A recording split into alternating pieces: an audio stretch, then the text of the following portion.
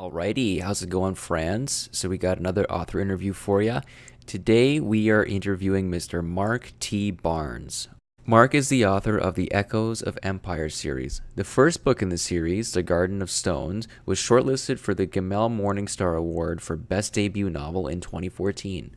Mark started writing from a young age and has worked in script editing, creative consulting for television, finance and advertising, and IT management. He currently runs a freelance organizational change consultancy. Clearly a lot of entrepreneurial experience, and Mark was a really interesting guy to talk to, has a lot to say about his writing style and take on the whole shebang of being an author. Hope you enjoy this one as much as we did. Cheers. Alrighty, folks, here we are. We're here with Mr. Mark Barnes. Thank you for coming onto the podcast, Mark.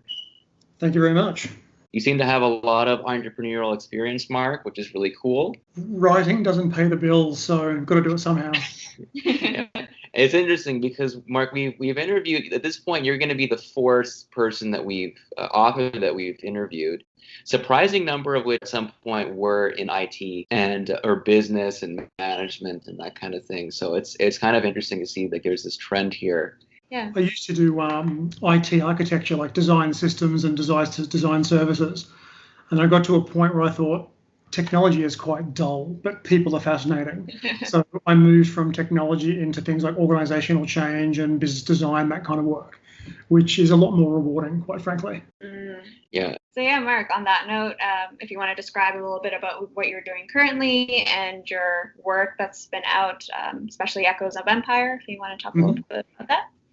Yeah, well, Echoes of Empire was my debut series, published by 47 North. So it has the typical amount of first author mistakes in it. So, if I went back and did a writer's cut, there are a few things I would change. But for the most part, quite happy. The reviews were good. So, and being nominated for the Gemmell Morningstar Award was not anything I expected. So that was a fantastic experience. But fundamentally, it's sort of Macbethian to a degree.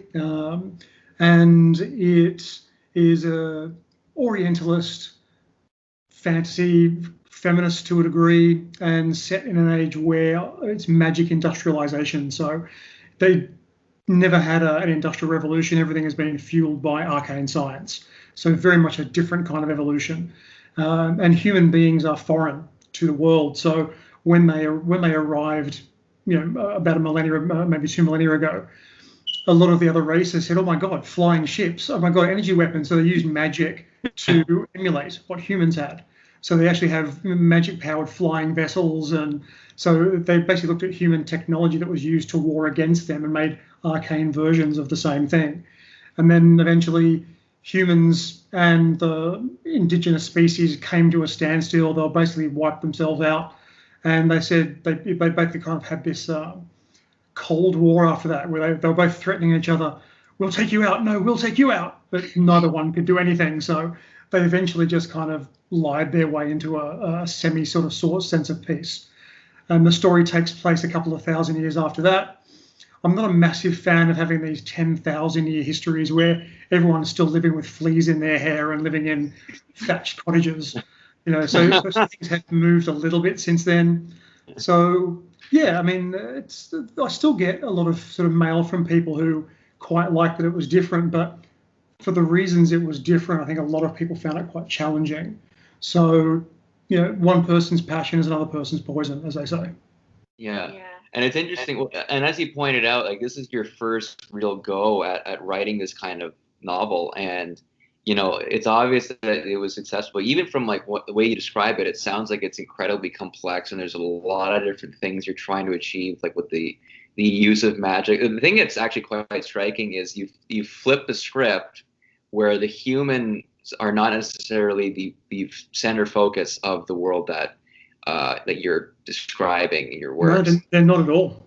Yeah, which is quite different because even in creationist fantasies that are tens of thousands of years long, like the one that J.R.R. Tolkien built, it's still at first it's centered around elves, but there's so much like people in many ways, like the most idealized version of them.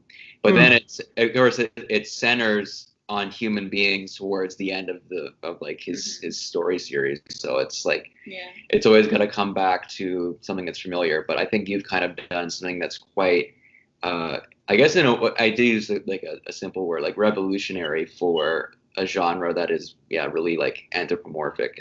Well, the Avain, who are the main species where the main character of Indris and Mari and those characters come from, are actually artificially created. They were created to be law enforcers and peacekeepers, and then they eventually toppled humanity because they realized that humans were so corrupt. And then they in turn became corrupt. Like, they were originally kind of cannibals and barbarians and this screaming horde of truly horrifying people who fundamentally have created a moral and behavioral code that is the only thing that allowed their civilization to survive, because they were knocking each other off like it was a national pastime, drinking out of each other's gold-plated skulls. They were just awful, awful people until they forced themselves to bootstrap into civilization. And now they've kind of become as corrupt as the humans who they hated in the first place. So it's very much a case of, those who don't learn from history are doomed to repeat it. Right. Yeah. That's so interesting. And I've read some reviews about how your world is really complex and there's a lot of different cultures and things like that. And I've read some reviews that said that it's quite difficult to get into the book. So what was the process like of creating this world? Is this something that just popped into your head and you just had to write it down? What was the inspiration for it? Because it sounds like you're interested in history and the progression of civilization and war and things like that. So human psychology, the differences between, for example, civilization and culture, so understanding, I guess, where those levers are that get pulled all throughout human history. And one of the reasons I wrote a feminist book or a book with a very strong sense of feminism in it, is that we as speculative fiction authors should be challenging the dumb mistakes of our own history. So why would women be second-class citizens? I've never understood that. I still don't understand that as an adult male here in Sydney. In fact, the strongest people I know are the women in my life, and all of the women with who about the characters that I've written all have parallels in the women that I really admire and love. They're all Wonder Women. They're all spectacular. So again, going back and saying, well, why would we do that? I have no gods either. There's no orthodox religion in my books. So the people have ancestor worship, and that's not about deifying the ancestors. It's basically about trying to live up to the standards of the people that you loved and admired when you were a kid. So it's not about sort of being this all-punishing power that you don't really understand or know or can't see or touch. The people that make it that are important to you are the ones you actually were raised with. So there's a firm belief, and not even a belief, a knowledge that the dead watch, because people can still commune with them. So it's not even a guess. It's not faith, it's belief. But yeah, with regard to, I guess, people's belief, yes, it is difficult. I throw people in the middle of a civil war, and I had originally asked my publisher, do you want me to change that and have a much softer learning curve? And they said, no, leave it as it is. But I think as many people loved that as hated it. And I think because it is a Middle Eastern and an Indian sort of a Mediterranean kind of flavour to it, some of the names don't pass quite as easily as European names. So we don't have any Jon Snows or Ned Starks. The names are all Indian or based on Persian names or ancient Greek names. So I think to the Western ear, they might be a bit discordant, I think, to a degree. Right. But it is layered, it is complex. You've got different civilizations, and I fully get why some readers struggled with getting into it. But those who just gelled with it, essentially just galloped through the book really, really quickly. Apparently, like chapter 3 seemed to be where a lot of people finally started translating into their own brain what I was saying. And once they got past the first chapter, because it's 3 point of views, each done chapter after each other. So once they'd read a chapter each of the first 3 characters, I think most people had just gone, right, I get it now. I'm all good. And it gets a lot easier as in book 2 and book 3 because I'm not doing that quite heavy lifting part of the world building and trying to bring people along. But originally, Echoes of Empire was meant to be 9 books. So it was actually is planned to be 3 trilogies. But because even though it earned out its advance, I think there wasn't the great groundswell of support for it that would justify a publisher actually going for 6 more books. So I've been writing different material since then, and my agent John is quite excited about the most recent set of books I'm writing. So hopefully we'll hear back from publishers on those very soon. Wow, I mean, already at the beginning, the ambition to do 9. I'm struggling with 1. Like that seems like an incomprehensible goal, but it's interesting that you had that much kind of foresight. Do you know how many that you will do for this series precisely? If we get, I mean, one of the reasons obviously we're doing all the podcasts and the interviews now is to try to resurrect the series and give it the exposure we didn't really get first time around. I had a lot of reviewers saying that was the best series nobody had ever heard of, which is a nice backhand compliment, but it doesn't get. And not being in bookstores, that killed it too, I think. Only coming out through Amazon. So that organic level of discovery, which I think I read an article at the time saying bookstores were 85% of the book discovery process. So missing out on that made it quite difficult to make the book a well-known name, I guess.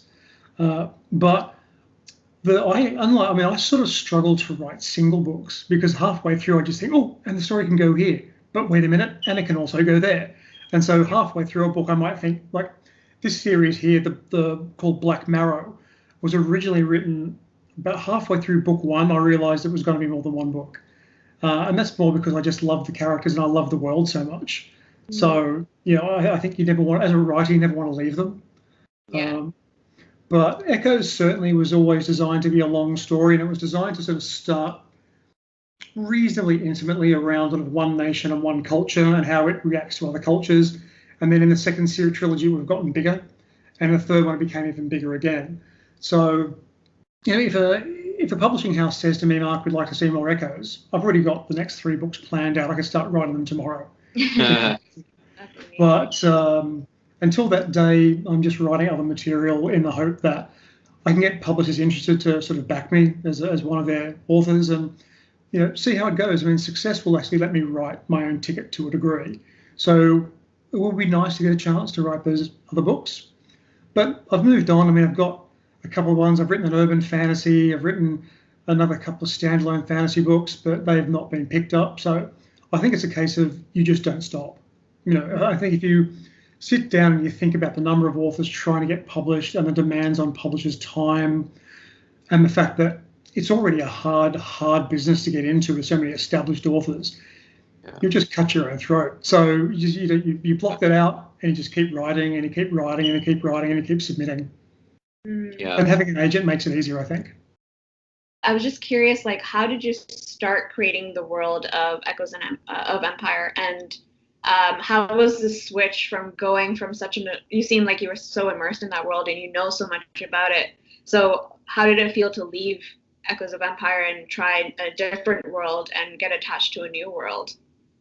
Echoes, unlike, I should say very much like a lot of authors, I was a massive role-playing nerd, still am to a degree. We don't get to play as much because, a lot of my close circle of friends have moved into different areas. So, where we used to live within like 3 suburbs of each other, and we're like a 5-minute drive away, not quite the same anymore. So our gaming now is quite strategic.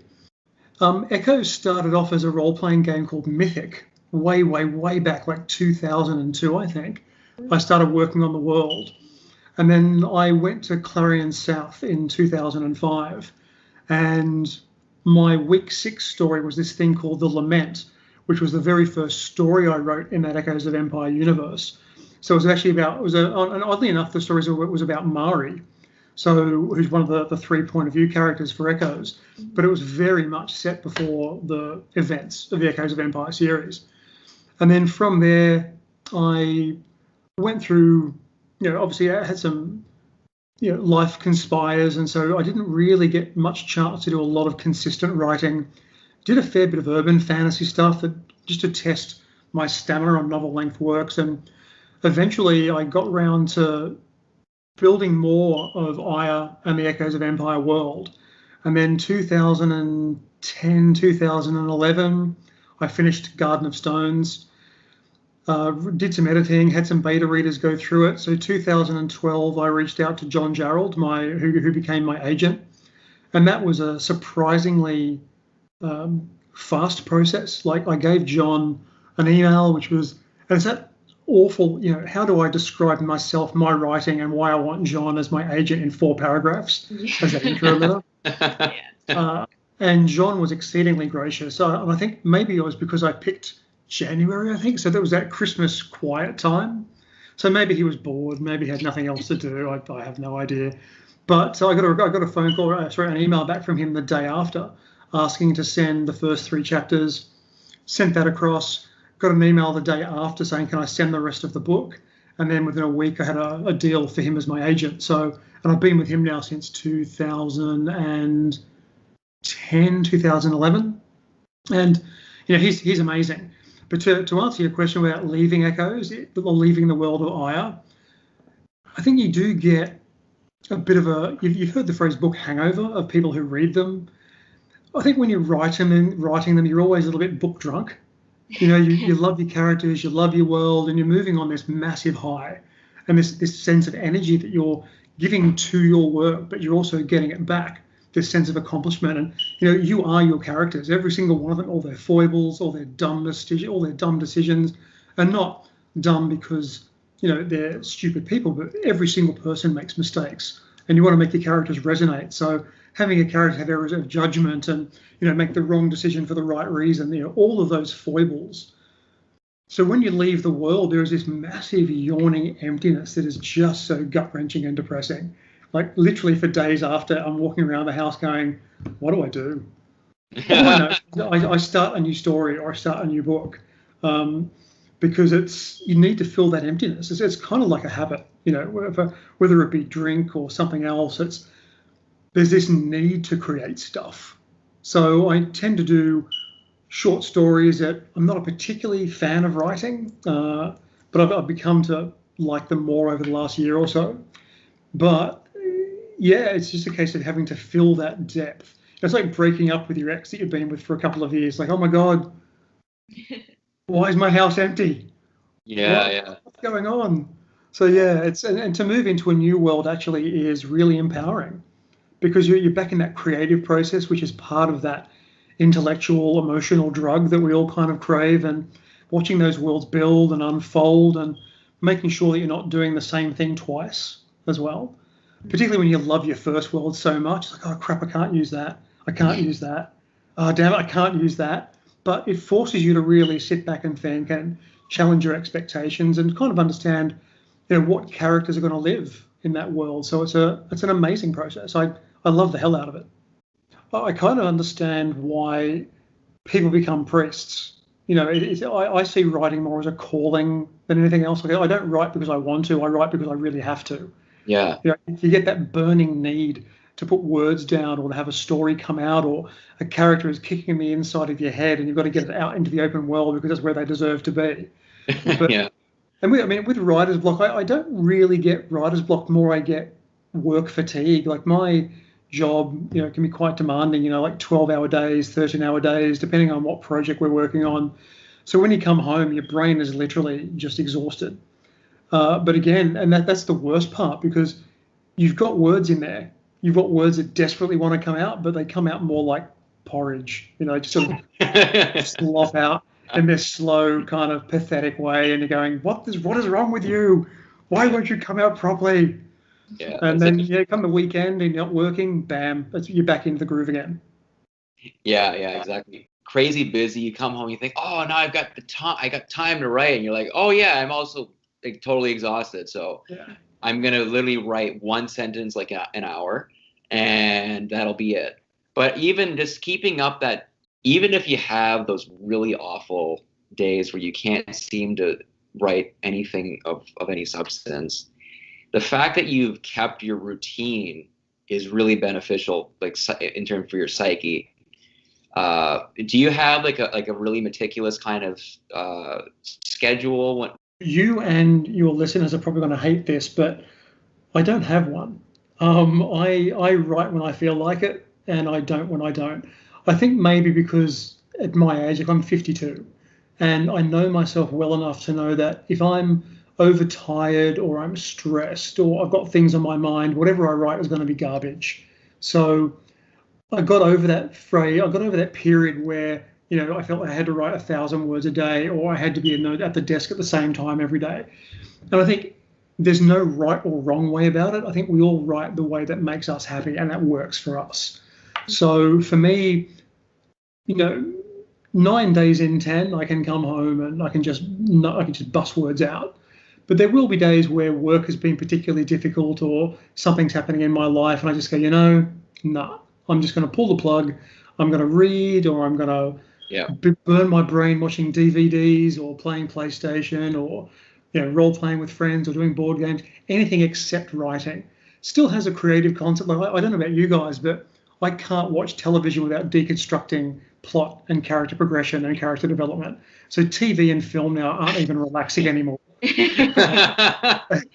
It's always in your head. Why did they do that? Well, that's a bit early. That's a bit late. Interesting choice.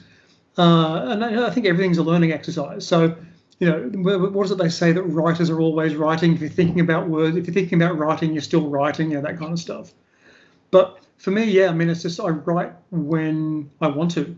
We've talked about how writing is kind of like exercise. So there's not one way to do it. It's your own kind of journey. And again, like some people, when they're really mad or stressed out, they'll go and start punching a sandbag or something, or they might feel really centered and then they'll go and work out. So it really just depends on how you're feeling. Yeah. Speaking of emotions and other things, on a couple of days ago on Twitter, you posted a really heartwarming sentiment, Mark, which is, I feel my humanity most when art of any kind makes me cry. I know I'm alive, have empathy, and I'm connected to the world and the beauty in it.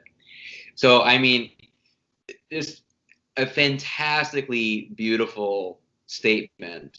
Are there any specific aspects of fantasy that make you feel in this way? I remember when I first read Lord of the Rings, for example, I was 9, I think.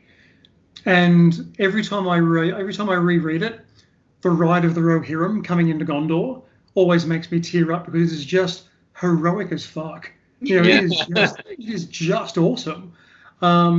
Dune, I connected more with Duncan Idaho as a character because of his nobility and his sense of grace. His death, every time I read that, is heart-wrenching. To me, I think particularly as artists and as writers, our job is to reflect the world around us and how we interpret that world. And to a degree, I think many people who write fantasy do have a somewhat idealistic view of the world, because we do try to write these worlds that are graceful and noble to a degree, unless you're writing grim dark, in which case it's like, I hate everybody. Which is an oversimplification, but the grim dark stuff can be quite bleak, which is the point. Yeah. But I do like to have that comparison, because if you've got this sort of this monotone beat of grim, awful people in an awful world trying to get by, it's quite depressing. So having that sense of lighter heroism, most of the fantasy of the 80s and the early 90s was not grim at all. I think George Martin really, with Game of Thrones, sort of started bringing a lot of that darkness into fantasy and having these characters who were quite often anti-heroes as well. Obviously there were more people writing before then, but I think he sort of took that out and made it big and put it on the big stage eventually. I think it took, a decade or so before Game of Thrones became really, or Song of Ice and Fire, I should say, became quite well known. Although I could be completely wrong, it wouldn't be the first time.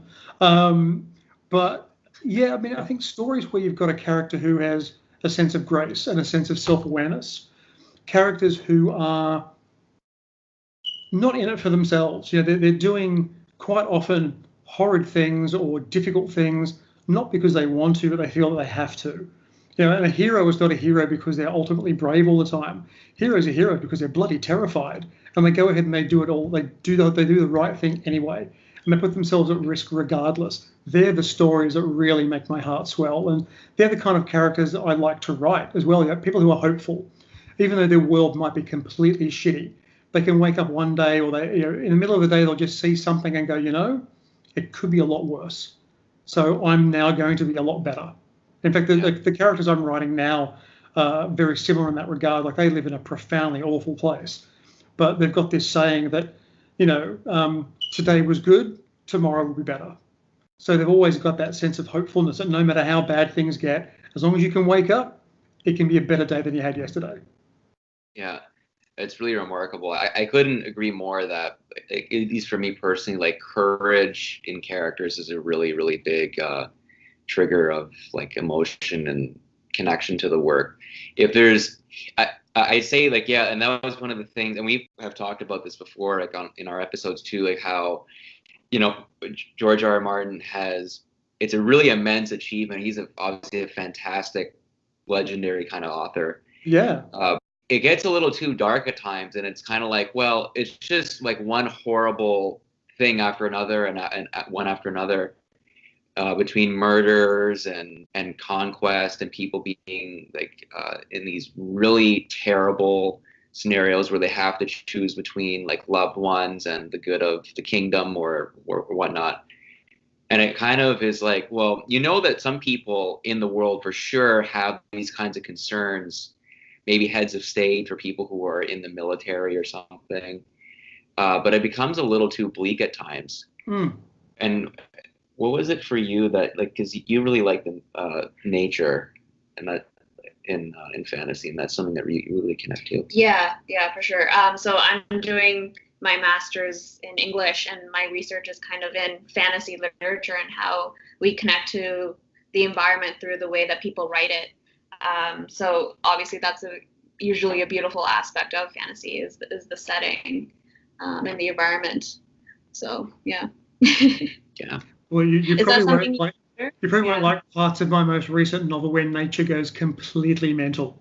It's yeah. We're going to go, oh, look, this is pretty. Oh my God, what the hell is that? So yeah. Is it like a hostile environment, or is it hallucinatory or something? It's kind of like, imagine if nature acted like humanity.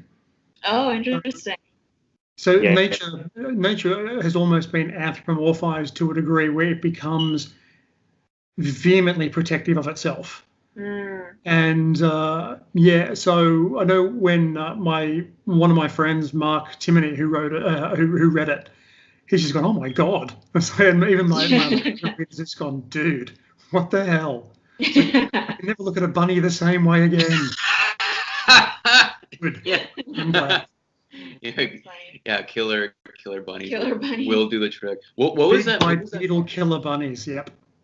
What was the biopunk movie that we just watched? With I think it was Natalie Portman.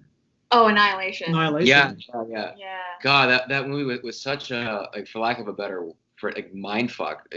Like the idea that there's another sentient species out there that comes to Earth and then makes us all go crazy and want to like engage in suicidal behavior, and is really, it's about us and our relationship to the natural world. But they totally, again, they flipped it around. And weirdly enough, I feel that way about most politicians, but sure. Yeah, in that regard. Sure. Yeah, sadly. Yeah. Well, a lot of that has to do with our anxieties about what nature would do to us, what we do to it, It's the same sort of reflection. But I don't know if nature could ever muster the same sort of toxicity that we've implanted on it. Good Lord, I hope not. Yeah. But even like Day of the Triffids, for example, I remember reading that when I was in high school, and that scared the crap out of me. It's like pretty much the whole world turning blind and us being butchered by bloody plants. Definitely a bad day when that got written. Yeah. Had a bad day in the garden, got stung by a bee or something. Goes, that's it. I'm having anthropomorphic plants with whips for heads, and it's like, oh my God. Yeah, it's always interesting when fantasy doesn't revolve around a war or some sort of conflict between sentient beings. But then animals. It goes kind of into horror, right? Because it's not something you understand necessarily. Yeah. It's some unknown force. If you think about Bird Box, even though it's Yeah, it's like yeah. some sort of virus, but it's still kind of like the natural world. That was the other one too. Yeah. Oh my God, that was so weird. And the worst part is you never figure out what it is, and that always bothers me. Like especially in horror films where some supernatural presence or something, people are going crazy, killing each other, and you have no idea where this thing came from, why, who, what. You have just no idea. And I always want to know the why behind it.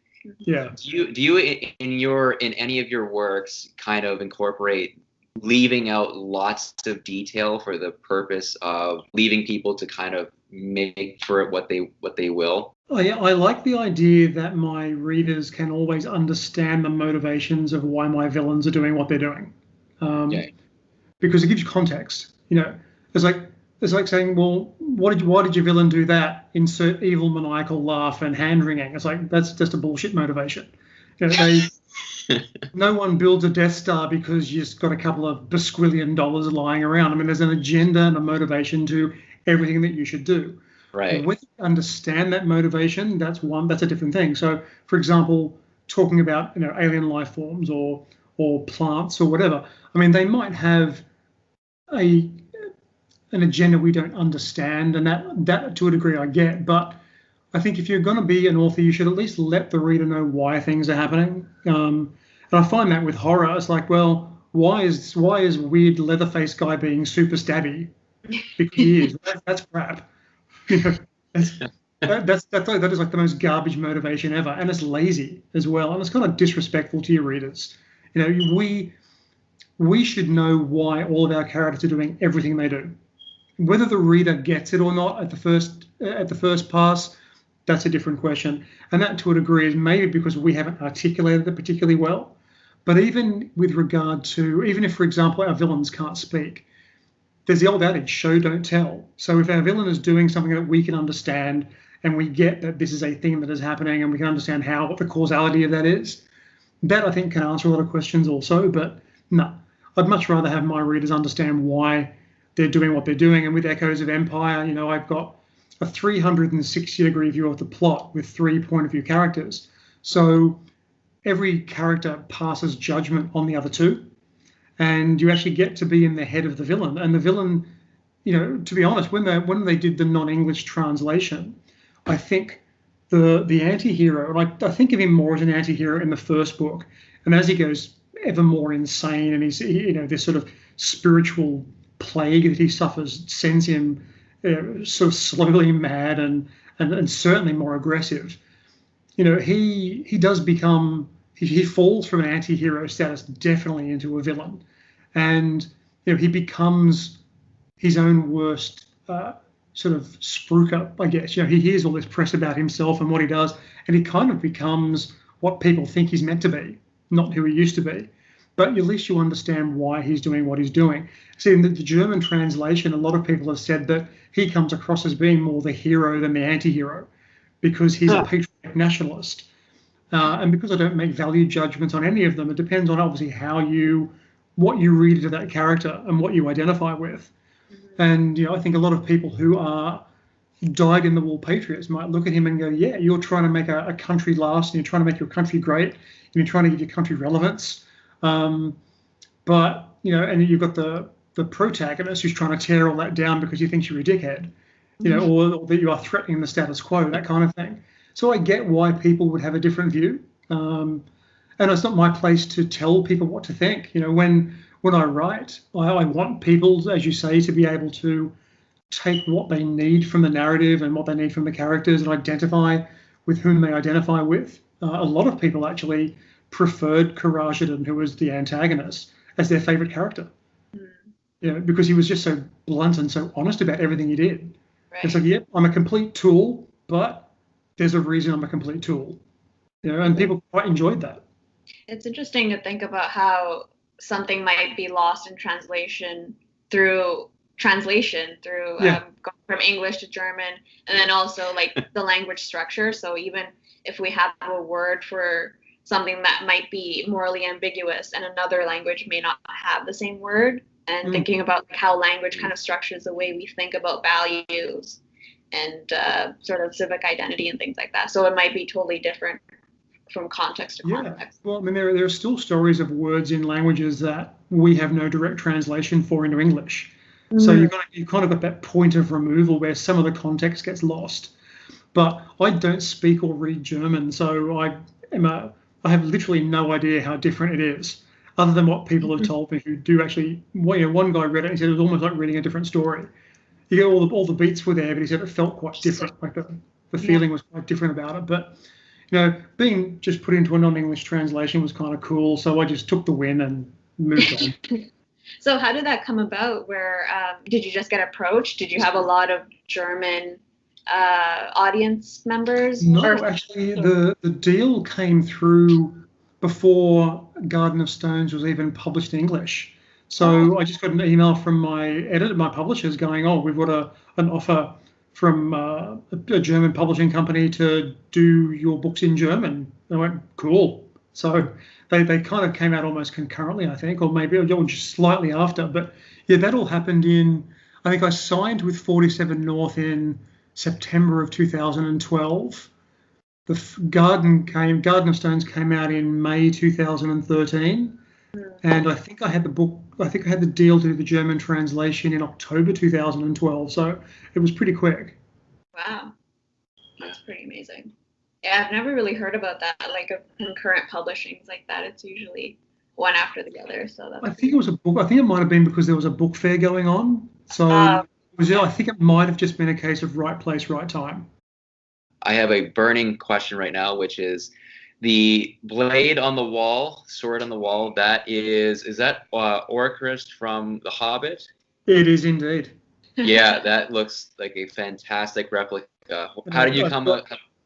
I've got a high elven sword as well up on my other bookshelf, and I've got my guitars. Some of my guitars are over here, and I've got a couple of lightsabers hidden, and I've got Arwen's sword over here and a Spartan helmet. My office is a den of nerd. Yeah, that's awesome. My R2D2 USB key. Yeah, that's great. My little Iron Man USB key. Oh, that's pretty cool. Yeah, that's pretty sick. That's nice. It's always nice to surround yourself with look at that. with things like that, and just to keep. Because I love Dune so much, I have my Kry's knife as well. Oh wow! Wow, that's yeah. There's a guy called I can't remember his name, but he runs a place called Glinton Forge, and he does a whole bunch of replicas. He is like the nicest guy on earth. So he made that out of resin. I've had that for about 8 years, I guess, maybe 9 years now. But no, I love to surround myself with the trappings of our various worlds. It kind of makes everything feel a bit more immediate. Mm-hmm. Yeah, for sure. But I'm a massive nerd and proud. Yeah. Yeah, so we got some Harry Potter frames over there. I don't know if you can see it. They're like. I can, yes. I was wondering what they were. Like They were hovering behind your head there for one bit. Yeah. We got our bookshelves with our little pop funkos and things like that. So. Yeah. Our nerd paraphernalia are definitely the conversation pieces of the house. So just yeah, for sure. Yeah, there's no need for giant coffee table books or like weird credenzas or Just got your nerd. What I find weird though is I've got like a bass guitar and an electric guitar downstairs on stands, because when they're in the case, you'd never play the damn thing. So at least if they're out in the open, they can accuse you. They can stare at you. Yeah. You've ignored me. And the first question, when new people come in, goes, "Oh, do you play?" It's like, no. I just bought them to have them lying around the house. You can ask that question. Of course, I play. What the hell? I suppose some people put them on the walls as art, but no. The joy is in the playing. And I've got a piano in my back room that my cats spend more time sleeping on than I get a chance to play. But I'm actually surprised. I've got 3 rescue cats, and I'm actually quite surprised they haven't come up in 1, 2, or in 3 to work out what's going on and who I'm talking to, because they're normally very curious. That is interesting. Yeah. We love cats. Cats are fantastic. They often like to interrupt your work, though. Yeah. Oh yeah. Yeah. I've got one Frey, who's he's quite a big cat, but he's more like a dog. So he always follows me around. If I'm working, he wants to sit literally between me and the keyboard with his hand resting on my arms. Like, dude, that was not helpful to my typing at all. And Odin, who's even bigger, he's like 7.2 kilos. He's a monster cat, part bear, part cat, I think. But when he flops down, like literally, there's not enough space for him to fit between me and the keyboard. So he just half the keyboard just vanishes. It's like, man, come on. He just look at me and purr, and it's like, I can't be angry. So he just gets like a half an hour of tummy rub, so he just wanders off. Yeah. Yeah, I love how unabashedly spoiled cats are. And Yeah, like, they just come and go. Yeah. Yeah. Yeah, I think they're rescues, you know. I mean, these were saved from being euthanized, so it's you know you always kind of give that additional bit of love because they came so close. But they know it. I'm pretty sure they play up to that also. Yeah, they take advantage a little bit. Oh, hell yeah. little psychos. Okay, I know we like cats, but they're so strange, and they're weirdly detached at very points, and then sometimes they're very loving, and just they're hard to read, man. You know, there's something about them. Oh, when they're hungry, they're easy to read. Yeah, exactly. It's like 6 a.m. I get head butted in the face, and it's just like, really? Can you not? Can you not? Clearly, this is not going to end. So I'm not going back to sleep.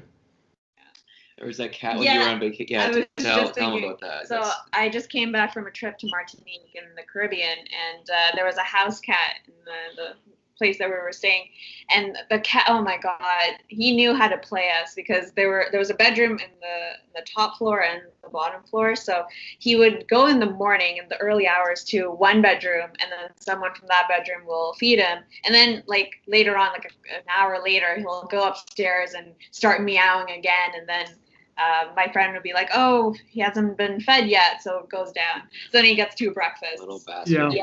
I bet he plays that way with every new set of people who come into the house. Yeah. They are inveterate liars, all of them, I'm pretty sure. Yeah, it's a miracle that they even agree to stay in the house with us. You know, it's only the problem with food, I feel, and affection. Yeah. No, they're way smarter than we think. Yeah, that's most things. Even dogs, frankly. Oh yeah. Yeah, dogs play us too. Or perhaps we're just dumber than we think. Yeah, yeah. Most likely. Also a distinct possibility. Yeah, just to widen that divide. Yeah. Alrighty, so Mark, tell us where we can find you on social media, your site, and where we can pick up your books. Sure. Well, the books are all on Amazon because 47 North is owned by Amazon. So that's probably the best place to get them. Some independent bookstores will sell them. I know they do in Australia, but beyond there, I really don't know. Social media, I'm on Twitter, just at Mark T. Barnes. I'm reasonably active and generally polite on Twitter most of the time. I'm on Instagram as well, at Mark T. Barnes also. And on Facebook, you guessed it, at Mark T. Barnes author. It's quite boring, but at least it's consistent. So yeah, by all means, if people want to have a look, I tend to post more on Twitter and my Facebook author account. And Instagram, unless I'm posting photos of my, whoever I might be dating or where I'm traveling or my cats, there's not much to do. I mean, I'm an author, for God's sake. I'm not going off to the Bahamas on modeling shoots. So I'm not in space. So it's not really, to me, a natural thing that a lot of authors just say, yeah, their life is rocking pretty hard. Let's go on Instagram. Yeah. But if anybody wants to come and have a look or give me a follow or like a page, I'm always happy to follow back. At the end of the day, I think we as authors can no longer just be authors. We have to be quite active on social media. So I guess the bigger our networks are and the more connected we are with each other, the more we can help each other also. And certainly I think we've become more noticeable to publishers and more people who know and who follow what we do. But but I've got your email addresses, so I can actually send you those 2 short stories via email. So there you go. Yeah, absolutely. Please do. Yes, that'd be so exciting. Yeah, great. be great. Yeah, and definitely, we'd love to talk again at some point. And Mark, we just really thank you very much for coming on to the podcast, and just wish you best of luck with your works going forward. And we really hope to hear how things are going and everything like that. No, thank you very much. I really appreciate the opportunity. At least your time was quite civilized. I've got 2 more podcasts next week. One's at 4 a.m. and one's at 5 a.m. Oh my gosh. Well, it's Australia. We are literally in the time zone hell. Thank you so much. I've had a great time. Thanks. Have a great day, guys. You too. Take care. Bye. Cheers. If you like this episode of our podcast, you can follow us on our social media to get updates on our future episodes. On Facebook, we're at facebook.com/highfantasypodcast. On Instagram, we're at highfantasypodcast. And on Twitter, we're at podcast_fantasy. And don't forget to subscribe here on YouTube as well.